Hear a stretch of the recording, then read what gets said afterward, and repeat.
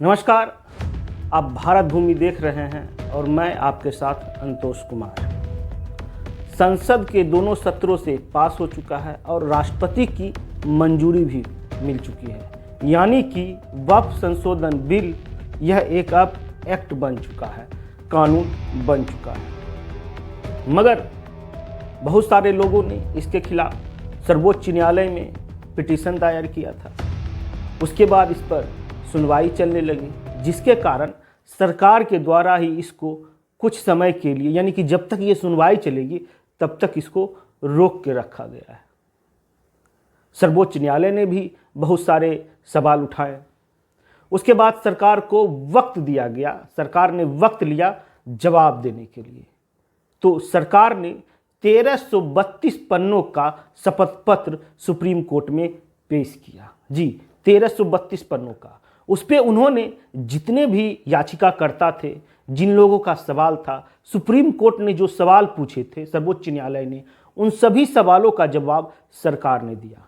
जब आप जवाब सुनिएगा, जब हम आपको बताएंगे तो आपकी आंखें खुल जाएगी। यानी कि सरकार ने सुप्रीम कोर्ट की भी आंखें खोलने का प्रयास किया है। आखिर सुप्रीम कोर्ट जिस तरह का प्रश्न अभी कर रहा है, पहले सुप्रीम कोर्ट ने क्यों नहीं किया? आइए हम आपको बताते हैं लाइन बाय लाइन, क्रमबद्ध तरीका में सभी बातों को। पहला नंबर, यह जो कानून बना है, क्या किसी भी फंडामेंटल राइट्स का ये वायलेशन करता है?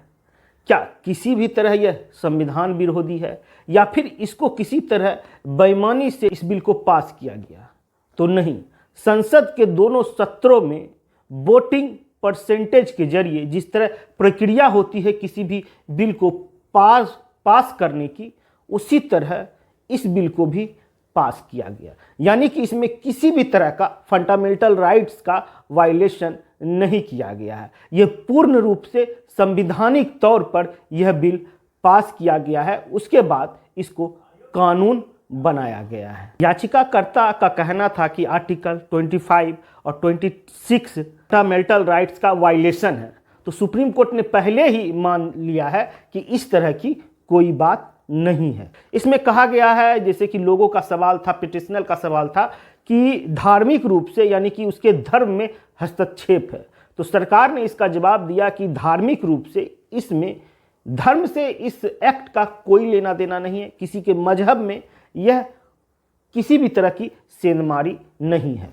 सरकार ने साफ तौर पे कहा यह कानून संपत्ति के प्रबंधन और उसकी व्यवस्था के लिए बनाया गया है कि जिस तरह से वक्फ बोर्ड का उपयोग करके सरकारी जमीनों को हड़पा जा रहा था, इसीलिए इस संशोधन बिल को लाना जरूरी था। सरकार ने साफ तौर पे सुप्रीम कोर्ट में जवाब दिया, 1913 से ही संपत्तियों में रजिस्ट्रेशन करना अनिवार्य रहा है, तो फिर आज सवाल क्यों? और उन्होंने कोर्ट में कुछ आंकड़े पेश किए। उनका कहना था 2013 में वक्फ संपत्ति 10 लाख एकड़ थी, यानी कि 2013 तक वक्फ संपत्ति 10 लाख एकड़ थी, मगर अभी वक्फ संपत्ति 39 लाख एकड़ है। मतलब कि आज़ादी से पहले जब से वक्फ बोर्ड बना है, उस वक्त 2013 तक मात्र 10 लाख एकड़ वक्फ संपत्ति थी। आखिर 2013 से 2025 तक ऐसा कौन सा अलादीन का चिराग इसके हाथ लग गया, वक्फ बोर्ड के हाथ में, कि उसकी संपत्ति 10 लाख एकड़ से डायरेक्ट 39 लाख एकड़ हो गया? यानी कि वक्फ बोर्ड धांधली कर रहा है, वह सरकारी संपत्तियों पे कब्जा कर रहा है। ये आंकड़े तो यही बताते हैं। 100 साल में कुछ नहीं हुआ, इधर 10 साल में 39 लाख एकड़ जमीन, आखिर 29 से 30 लाख एकड़ जमीन कैसे बढ़ गया? सरकार सवाल पूछ रही है। तो सरकार को शक है कि कहीं न कहीं यह सरकारी संपत्तियों की लूट कर रहे हैं वक्फ बोर्ड वाले। सरकार ने अपना जवाब दे दिया। 5 मई को सुप्रीम कोर्ट तय करेगा कि यह देश संविधान से चलेगा कि सुप्रीम कोर्ट के डंडा से चलेगा या गजवाए हिंद से चलेगा। सुप्रीम कोर्ट ने एक जो इंपॉर्टेंट सवाल किया था, आखिर वक्फ संपत्ति के लिए जो कागजात मांगे जा रहे हैं वह कहां से यह लोग देंगे? सरकार ने बहुत अच्छा जवाब दिया कि वक्फ संपत्ति में रजिस्ट्रेशन की प्रक्रिया 1913 से ही चालू है। 1913 से ही चालू है। उसके बाद 2013 में भी जब वक्फ बिल में संशोधन किया गया 2013 में, उस वक्त भी यह प्रक्रिया थी। तो जब रजिस्ट्रेशन की प्रक्रिया शुरू से ही है तो कागज तो दिखाना पड़ेगा ही। यह एक्ट पहली बार ब्रिटिश राज में बना था, यानी 1913 में। उस वक्त भी रजिस्ट्रेशन की प्रक्रिया शुरू थी, यानी 1913 से ही यह प्रक्रिया चालू है। जब 2013 में इसमें संशोधन किया गया, उस वक्त भी यह प्रक्रिया चालू थी। तो कागज तो दिखाना बनता है। जब रजिस्ट्रेशन की प्रक्रिया 1913 से चालू थी तो 2025 में कागज दिखाने में क्या दिक्कत है?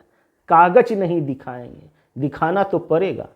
वक्फ बोर्ड के काउंसिल में 21 सदस्य होते हैं और उसमें नन मुस्लिम 3 हो सकते हैं। अगर नन मुस्लिम अगर 3 है, यानी 3 हिंदू है, और तो वह क्या करेंगे? वह सिर्फ निगरानी का काम करेंगे। उसके रहने या ना रहने से कोई फर्क नहीं पड़ता है। वक्फ बोर्ड में अधिकतम 2 नन मुस्लिम यानी हिंदू हो सकते हैं। हिंदू को सरकार ने इसलिए इस बोर्ड में शामिल किया कि ताकि यह निगरानी कर सके, कहीं इसमें पहले की तरह फिर से धांधली तो नहीं होती है, जमीनों की उगाही तो नहीं किया जा रहा है, जमीनों का बंदर बांट तो नहीं किया जाएगा। शायद सरकार इसीलिए इसमें हिंदुओं को शामिल किया है कि वह जब सारा प्रक्रिया हो जाए तो यह लोग निगरानी कर सकें कि सही से वक्फ बोर्ड में कामकाज चल रहा है या नहीं। ओवैसी साहब 15 मिनट लाइट बंद कर रहे हैं वक्फ बोर्ड के जो बिल आया है सरकार के तरफ से उसके विरोध में। उसके विरोध में बहुत जगह 15 मिनट के लिए लाइट बंद करके ब्लैकआउट करके यह लोग विरोध कर रहे हैं। 1332 पन्नों का शपथ पत्र कोर्ट में शामिल भी कर दिया।